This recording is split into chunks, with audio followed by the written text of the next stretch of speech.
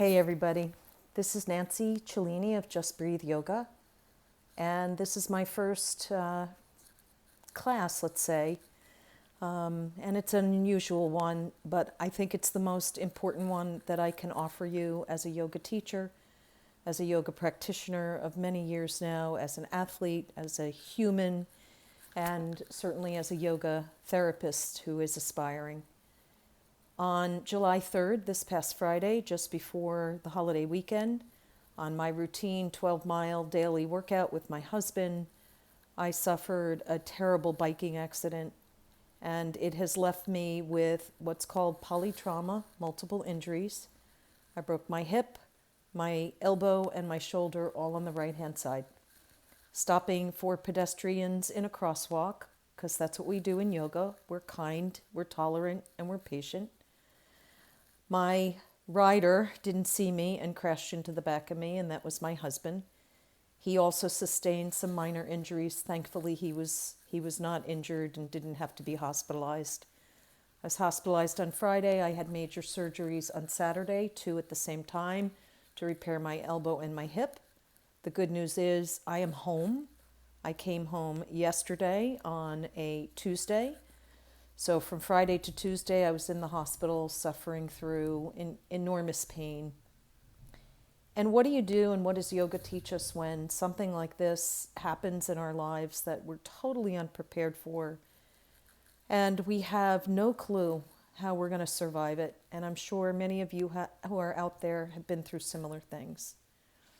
Well, I'm here to tell you that yoga, deep, really lived yoga, is what I've been doing since I was lying on that pavement, fearing that I might not survive the accident in almost 90-degree heat, wondering if I would survive this. I immediately turned to my yoga and started to breathe.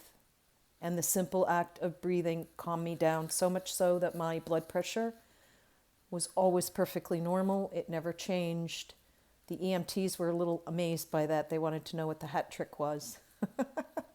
But it was breathing. It was breath, belief in God, and that I would get through this because there was a reason I survived.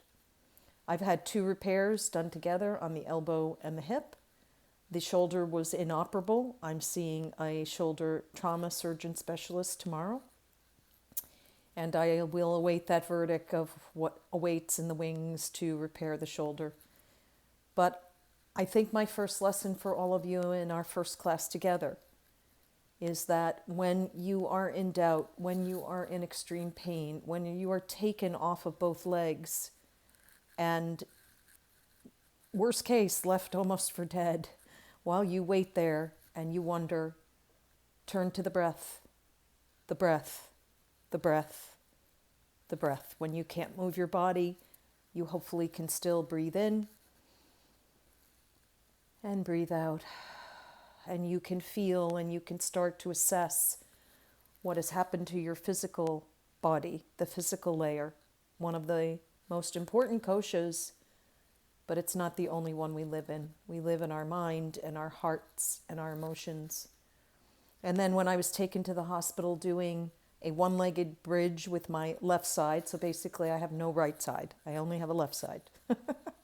But doing a one-legged bridge helped me help my nurses to take care of me because I was not in a trauma hospital. I was in a little tiny community hospital where the hearts and minds and hands that helped me were absolutely amazing.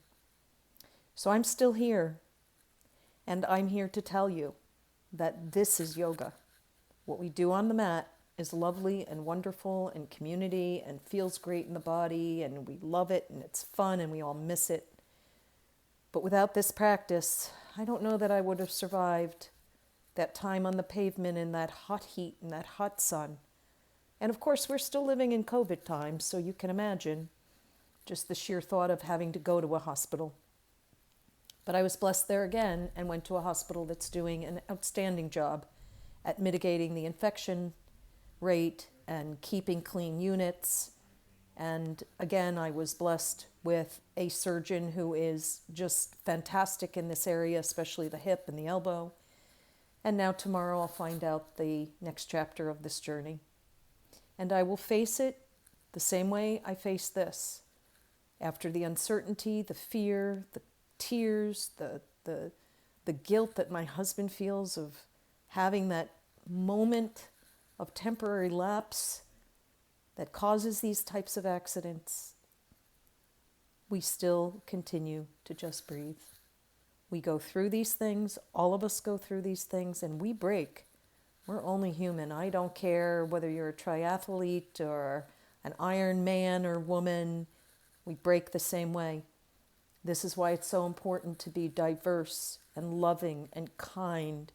We all bleed the same blood. We have the same bones. They break the same way. And when I tell you I had such a wonderful, diverse group of people who have cared for me and taken care of me and gotten me home yesterday, that's yoga. Doing yoga in my bed, doing the joint freeing series that I have my clients do, that's yoga.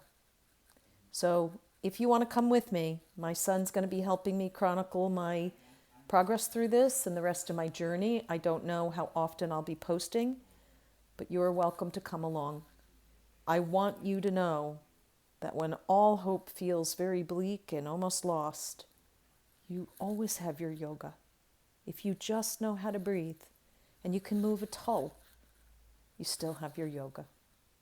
So stay with me, those of you who would like to learn this new insight and a lot about yoga therapy on this channel, and I look forward to taking you with me.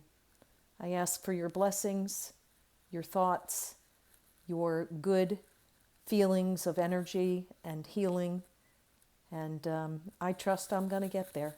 I'm going to get beyond all of this. Thanks for this time, and half. Namaste. See you soon.